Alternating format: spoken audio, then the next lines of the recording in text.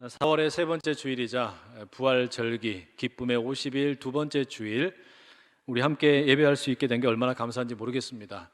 다시 요한복음 말씀 강해를 재개하려고 하는데요, 오늘은 4장 1절에서 6절 말씀 본문을 가지고 경계를 넘는 복음, 이런 제목의 말씀 나누겠습니다. 2019년에 개봉한 봉준호 감독의 기생충이라는 작품이 있죠. 이 영화는 여러 면에서 최초라는 수식어를 많이 획득했습니다. 한국 영화 최초로 프랑스 칸 영화제에서 최고 작품에 주어지는 황금 종려상을 수상했고, 또 한국 영화 최초로, 외국 영화 최초로 미국 아카데미 시상식에서 작품상, 감독상, 각본상, 국제 장편 영화상까지 네 부분을 수상했습니다. 이 외에도 수많은 영화제에서 많은 상을 얻는 영예를 누리게 되었는데요, 저도 이 영화를 봤습니다. 영화는 전혀 다른 이 두 가족의 우연한 만남을 그 큰 축으로 해서 전개가 됩니다. 한 가족은 모두가 실직한 채 반지하에서 살고 있는 빈곤층 기택이라는 사람의 가족이고, 또 한 가족은 대저택에 사는 글로벌 IT 기업의 CEO인 박 사장의 가족입니다. 이들이 한 공간에서 우연히 만나 벌어지게 되는 희극과 비극을 혼재해서 보여주는 좀 이상한 작품이라고 할 수 있습니다. 이 영화 가운데에는 아주 기억에 남을 만한 명대사들이 많이 있었는데, 그 중에 저에게는 박 사장이 남긴 몇 마디가 꽤나 인상적이었습니다.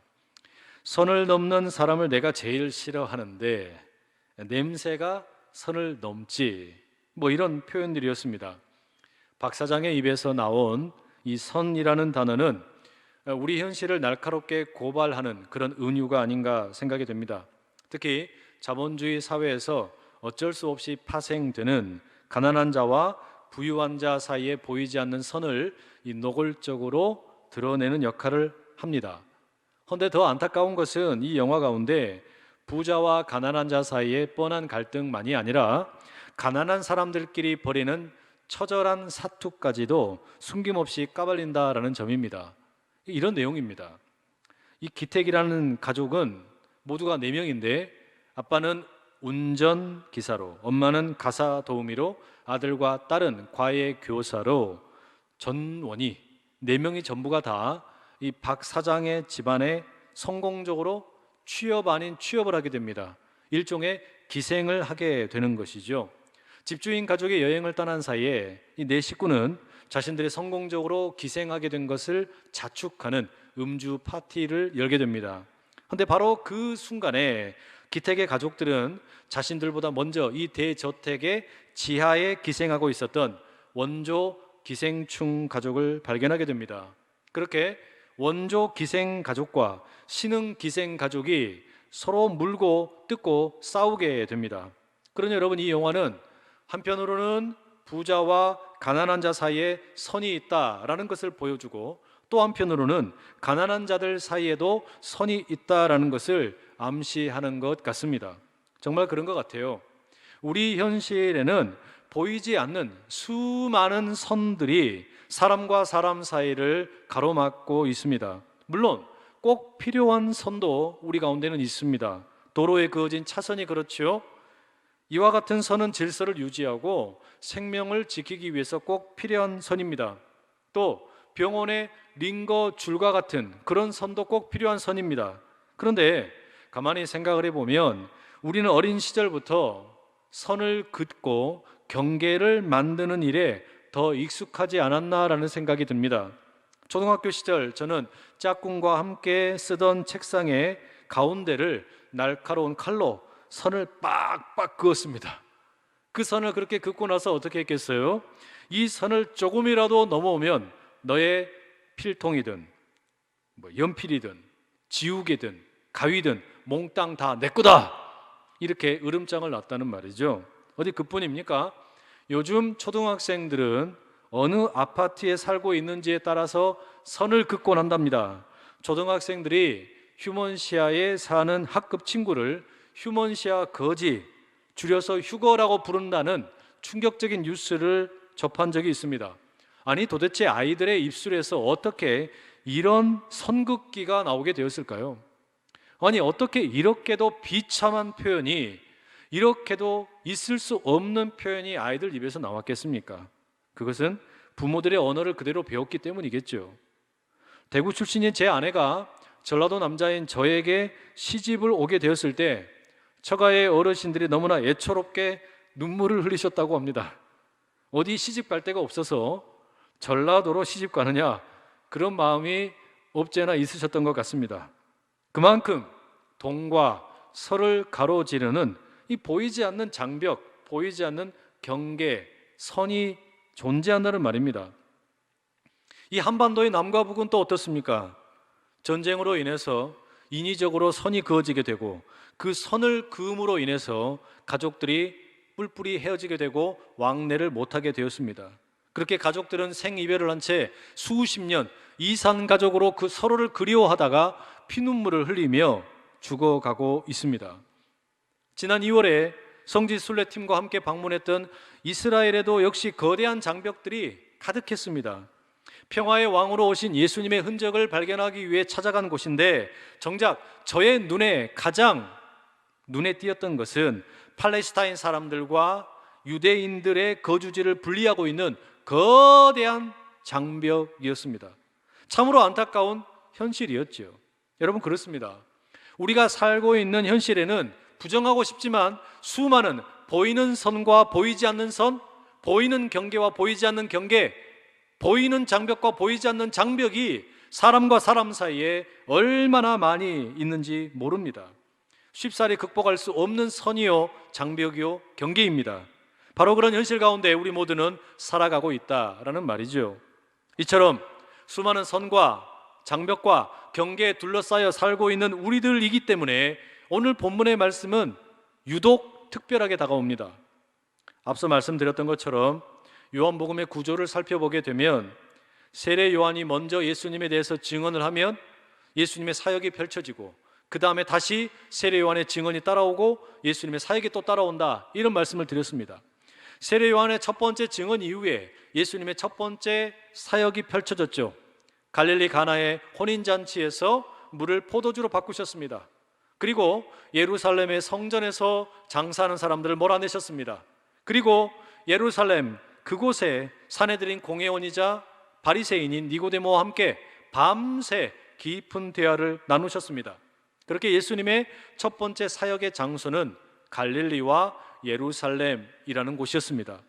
그리고 이어서 다시 세례 요한이 예수님에 대해서 증언합니다. 예수님은 흥하셔야만 하고 나는 쇠하여야만 한다라고 증언을 했죠. 그에 이어서 예수님의 두 번째 사역이 오늘 본문부터 시작되고 있습니다. 그런데 새롭게 시작하는 예수님의 본문의 이 사역 가운데 특이점이 있습니다. 바로 새로운 장소가 등장한다라는 점입니다. 3절과 4절의 말씀 제가 다시 읽어드리겠습니다. 유대를 떠나사 다시 갈릴리로 가실새 사마리아를 통과하여야 하겠는지라. 여러분, 이 구절에 보면 유대, 갈릴리, 그리고 사마리아라는 세 지명이 등장을 하고 있지요. 유대와 갈릴리는 예수님의 첫 번째 사역지로서 우리에게 익숙하게 다가옵니다. 반면에 사마리아라는 지명은 이제 처음으로 소개되는 지명입니다. 그런데 이 세 지명을 조금 쉽게 여러분들에게 안내를 해드리자면 우리 남한 한반도의 지명 가운데 갈릴리를 서울이라고 비유할 수 있고 예루살렘은 전라도 광주라고 말할 수 있습니다.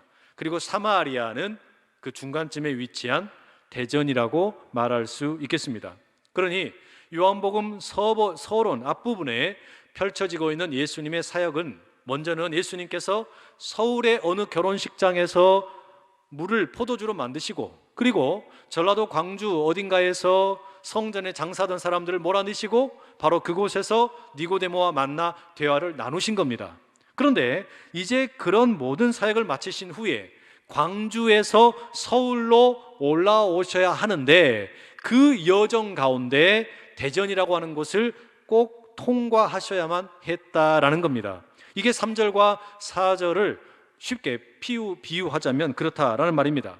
그런데 여러분, 이제 광주에서 서울로 올라오시는 가운데 대전을 거치신다라는 거, 갈릴리로 올라가시기 위해서 사마리아를 거치신다라는 거, 이게 뭔가 특별한 의미가 있습니까? 예, 그렇습니다. 아주 특별한 의미가 있습니다. 갈릴리와 예루살렘은 예수님의 첫 번째 사역의 현장이었을 뿐만 아니라 예수님과 같은 유대인들이 주로 거하던 동네였습니다. 반면에 지금 오늘 처음으로 소개되고 있는 이 사마리아라고 하는 땅은 유대인들이 지극히도 싫어하고 상종하기를 거절했던 사마리아 사람들이 살고 있는 동네였습니다.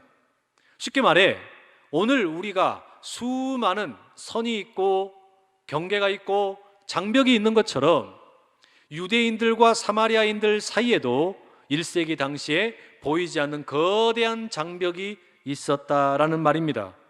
이것은 마음의 장벽이요, 보이지 않는 분명한 경계이기도 했습니다. 역사적으로 거슬러 올라가 보자면 사마리아인 혹은 사마리아라고 하는 이 지명 속에 담겨 있는 그 어떤 폄훼하는 의미는 솔로몬 왕국이 두 개로 갈라지게 된 이 분열 왕국으로부터 연유한다 할 수 있습니다. 남유대와 북이스라엘로 갈라진 이 이스라엘은 서로 가운데 옥신각신하면서 기회가 있을 때마다 서로 으르렁댔습니다. 그러다가 북이스라엘이 먼저 아시리아라는 제국에 의해서 주전 712년에 멸망하게 되죠. 문제는 아시리아 제국이 이렇게 북이스라엘을 정복한 후에 자신들의 그 식민지의 정책 가운데 하나가 뭐였냐면 각 나라의 정통성이나 정체성을 무시해버리고 모든 민족을 혼합시켜버리는 거였습니다. 그래서 북이스라엘 사람들을 다른 나라의 사람들과 강제적으로 국제 결혼을 시키는 거죠. 그로 인해서 만들어진 것이 사마리아 사람, 그들이 거주하는 동네가 사마리아라는 동네였습니다. 그러자 남유대 사람들, 갈릴리와 예루살렘을 중심으로 거주하고 있던 사람들은 이런 사마리아 사람들을 비난했습니다. 이스라엘 민족 고유의 혈통을 버렸기 때문이라는 겁니다. 아니, 자신들이 원했기 때문이 아니라 아시리아 제국의 힘에 의해서 어쩔 수 없이 그렇게 국제 결혼을 한 사람들인데 이들을 비난하고 저들은 상종 못할 인간이라고 나무랐던 것입니다. 제가 이 말씀을 읽는데 이 성지순례 여행의 한 장면이 떠올랐습니다.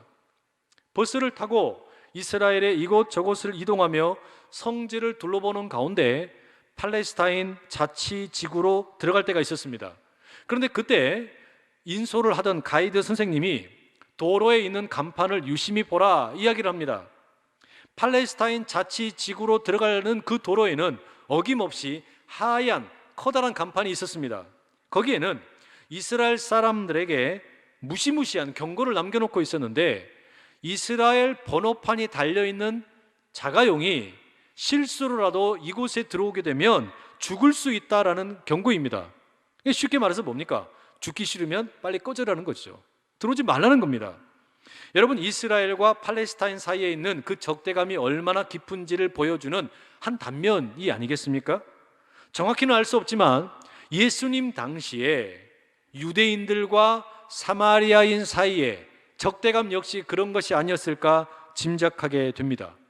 그런데 여러분, 문제는 이렇게 보이지 않는 선이 있고 경계가 있고 장벽이 있음에도 불구하고 오늘 4절 말씀에 보면 예수님과 제자 일행의 여정에 대해서 이렇게 말하는 거예요. 세번역 성경으로 제가 다시 읽어드리죠. 그렇게 하려면 사마리아를 거쳐서 가실 수밖에 없었다. 뭐 하려면요? 남쪽에 있는 예루살렘에서 북쪽에 있는 갈릴리로 올라가려면 중간에 있는 사마리아를 거쳐서 가야만 한다는 겁니다. 꼭 그렇게 해야만 한다는 거예요. 이것은 1세기 당시에 활동했던 유명한 유대의 역사학자인 요세푸스의 글에서도 확인이 되는 내용입니다. 말하자면 당시의 어떤 지리적인 여건이나 도로의 상황을 볼 때 남쪽에서 북쪽으로 여행하는 사람들은 편의상 가장 많이 이용하던 것이 사마리아를 통과하는 길이었다라는 겁니다. 남쪽의 예루살렘에서 북쪽의 갈릴리 마을로 이동을 하려면 사마리아를 관통해 가는 게 제일 쉬웠다라는 것이죠. 여러분, 이걸 한국의 지명을 가지고 다시 말씀을 드리면 이런 거예요. 전라도 광주에서 서울로 갈 때 여러 가지 방법으로 갈 수 있습니다.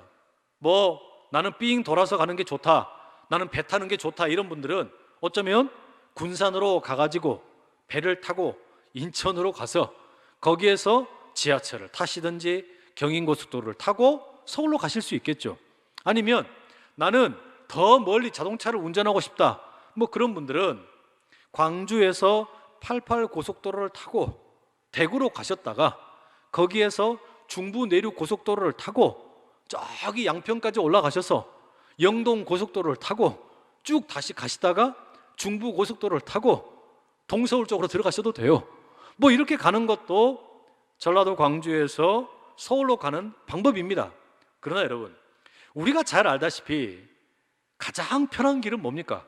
당연히 대전 혹은 충청남도 지역을 지나서 가는 길이 제일 쉬운 길이란 말이에요. 마치 이와 같은 이유로 이 남유대 예루살렘에서 갈릴리로 올라가는 제일 좋은 방법은 사마리아 지역을 통과해서 가는 거라는 겁니다. 지리적인 이유 때문에 그렇게 해야만 했다라는 것이죠.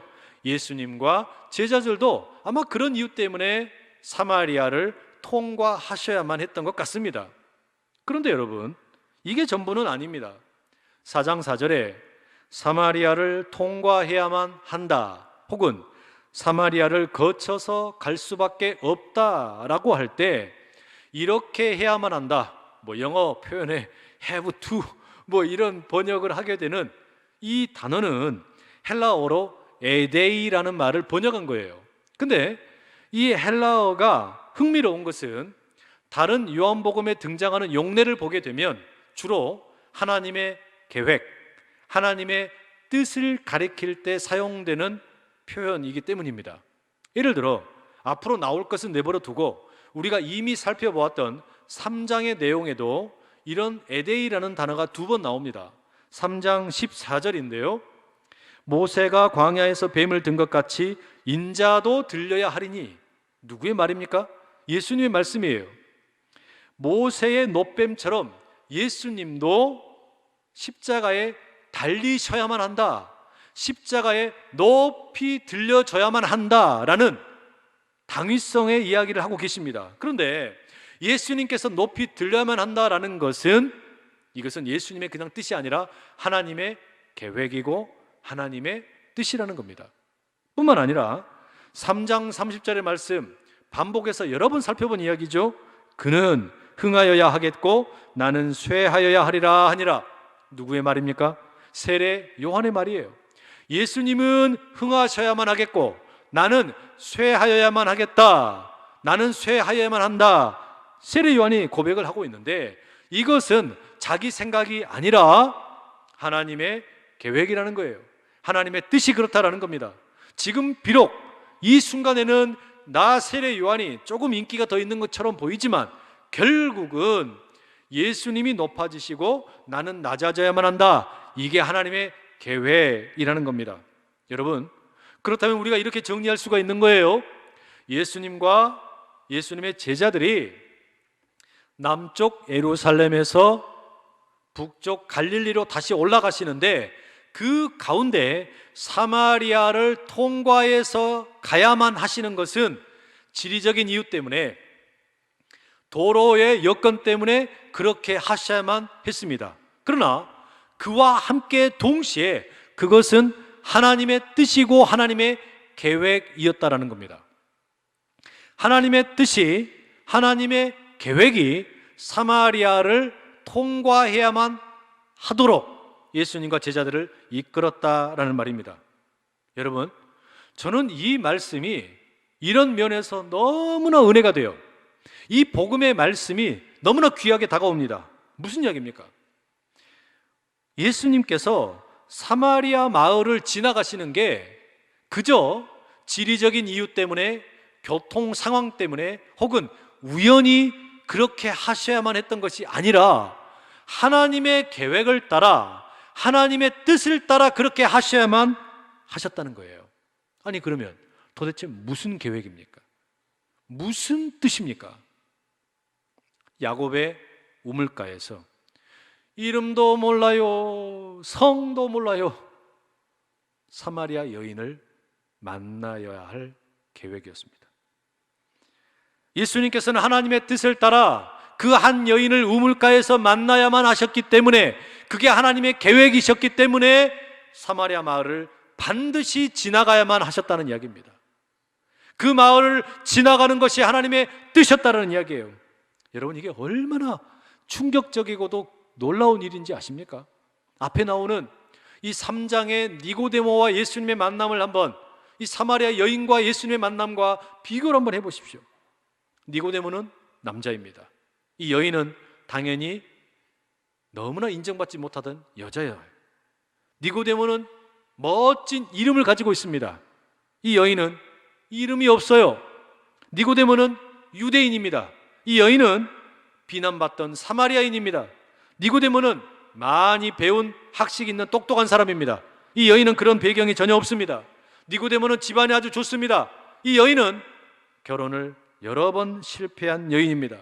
니고데모는 밤에 예수님과 깊은 대화를 나누었습니다. 이 여인은 떼약볕이 내리쬐는 한낮에 예수님을 만나게 됩니다. 그리고 무엇보다 니고데모는 스스로 예수님을 찾아왔습니다. 그러나 이 여인은 그게 불가능한 겁니다.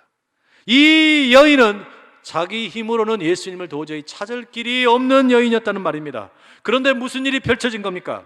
우리 주님께서 이름도 없고 성도 없고 자기 스스로는 예수님께 나올 수도 없는 그 여인에게 찾아가셨다는 이야기입니다. 우리 예수님께서 직접 수많은 경계를 뛰어넘어 그 모든 인종 간의 경계를 뛰어넘고 지역의 장벽을 뛰어넘어서 찾아가셨다는 말입니다.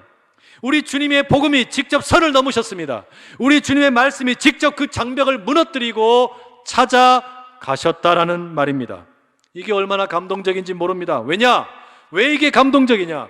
이 여인을 찾아가신 것이 하나님의 뜻이었고 하나님의 계획이었다면 바로 그와 똑같은 일이 저와 여러분에게도 동일하게 일어났기 때문입니다. 우리에게도 그 일이 동일하게 일어났다는 이야기예요. 우리 스스로는 도무지 예수님을 찾을 방법이 없습니다. 우리 스스로는 구원자를 만날 능력도 없고 자격도 없다는 이야기입니다. 우리 스스로는 죄와 사망으로부터 살 길을 얻을 방법이 하나도 없습니다. 우리 스스로는 이 세상을 살아가면서 마음의 평안을 얻을 길이 없습니다. 지옥 같은 세상에서, 상처 많은 세상에서 서로 욕을 주고받고 비난하고 갈등하고 선을 나누고 장벽을 쌓고 경계를 나누는 데 익숙해져 있는 이 세상 가운데 우리 스스로에게는 이 선을 뛰어넘을 방법이 없다는 말이에요. 그런데 바로 그런 우리들에게 예수님이 하나님의 계획을 따라 찾아오셨다는 말입니다. 저는 오늘 이 이야기를 꼭 드리고 싶습니다. 예수님께서 예루살렘으로부터 갈릴리로 가시는 가운데 사마리아를 반드시 통과하야만 하셨던 것은 야곱의 우물가에서 볼품없는 한 여인을 만나셔야만 하셨던 것처럼 우리 예수님께서는 바로 그와 똑같은 방식으로 우리 한 사람 한 사람에게 찾아오셨다는 사건이에요.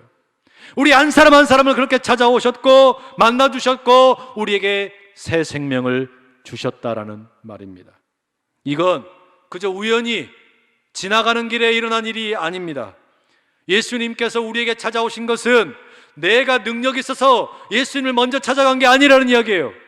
예수님께서 내게 먼저 찾아오셨고 손을 내밀어 주셨고 생명을 허락해 주셨다라는 말입니다. 이건 하나님의 계획이고 하나님의 뜻이라는 말입니다. 반드시 사마리아를 지나가야 하셨던 것처럼 우리 주님께서는 반드시 우리 가정을, 우리 교회를, 우리 사업장을, 병원에 누워있는 우리 가족들을 지나가셔야만 했다라는 말입니다. 마치 예수님께서 십자가에 높이 들리셔야만 했던 것처럼, 마치 예수님께서 흥하시고 세례 요한은 쇠하여야 했던 것처럼 우리가 주님을 만난 것은 결코 우연이 아닙니다. 우리가 주님을 만나 주의 자녀가 된 것은 필연이고 하나님의 계획인 줄로 믿습니다. 때문에 여러분, 오늘 예배하는 이 시간 설령 나는 주님께 나갈 용기도 없고 자격도 없는 것 같고 아무런 조건을 갖추지 못한 것 같다 할지라도 여러분 믿으시기 바랍니다. 주님은 그런 나에게 하나님의 뜻을 따라, 하나님의 계획을 따라 이미 찾아오셨다라는 것을 믿으시기 바랍니다. 아무런 의미 없이 그저 우물물을 기르기 위해 나왔던 이 여인이 자신의 인생의 구원자를 만날 것이라고 생각이나 했겠습니까? 우리도 어쩌면 사마리아 이 여인처럼 습관을 따라 예배드리고, 습관을 따라 기도하고, 습관을 따라 찬양하고, 습관을 따라 그저 경건의 생활을 할 수도 있습니다. 그러나 그런 우리들임에도 불구하고 주님은 그냥 지나가지 않으십니다. 다른 이유 때문에 다른 누군가를 만나러 가다가 우리를 만나러 오시는 게 아니란 이야기예요. 내가 예수님의 종착지입니다. 내가 예수님의 목적이란 이야기예요. 내가 예수님이 직접 만나러 오신 그 가장 중요한 대상이라는 이야기입니다. 우리 가정도 중요하고, 사업장도 중요하고, 자녀들도 중요하고, 우리 이웃들도 중요하고, 우리 전도 대상자들도 다 중요합니다. 그러나 가장 중요한 게 뭡니까? 나예요. 나를 예수님이 만나러 오셨어요. 나를 구원하러 오셨다는 이야기입니다. 이 주님의 사랑이 우리 모두 가운데 온전히 임할 수 있기를 간절히 축복합니다. 오늘도 우리는 이 고백을 해야만 합니다. 사마리아를 통과하여야 하겠는지라, 대한민국을 통과하여야 하겠는지라, 안산 땅을 통과하여야 하겠는지라, 우리 가정을 통과해야 하겠는지라, 병원에 누워있는 우리 식구를 통과해야 하겠는지라, 코로나로 인해서 누워있는 환자들을 통과해야 하겠는지라, 암과 투병하고 있는 환우들을 통과해야 하겠는지라, 4.16 세월호 유족들을 통과해야 하겠는지라, 신음하고 아파하는 수많은 사람들을 통과해야 하겠는지라, 우리 주님의 분명한 목적, 주님의 계획, 그 가운데 부름받아 이 자리에 나온 우리 모두 가운데 이 분명한 은혜가 놀랍도록 선포되기를 간절히 축원드립니다. 기도하겠습니다. 사랑하는 주님, 누구도 알아주지 않고 거들떠보지 않는 여인을 만나시기 위해 사마리아를 반드시 찾아가셔야만 했던 주님의 은총에 감사를 드립니다. 사마리아 여인과 같이 아무런 자격도 없고 능력도 없고 우리 스스로의 힘으로는 구원자를 만날 수도 없고 마음의 평안을 얻을 길도 없고 몸의 치유를 누릴 수도 없는 우리 모두를 주님 찾아오시겠다 말씀하시니, 만났다고 말씀하시니 감사와 영광을 주께 올려드립니다. 내가 간절한 마음으로 구했기 때문이 아니라 아무런 자격이 없음에도 불구하고 먼저 찾아오신 주님, 우리 가운데 오셔서 만나셔야 하겠다고, 구원해야 하겠다고, 살려야 하겠다는 그 주님의 놀라운 계획 가운데 온전히 붙들리는 우리 모두 다 되게 하여 주시옵소서. 예수 그리스도의 이름으로 기도드립니다. 아멘.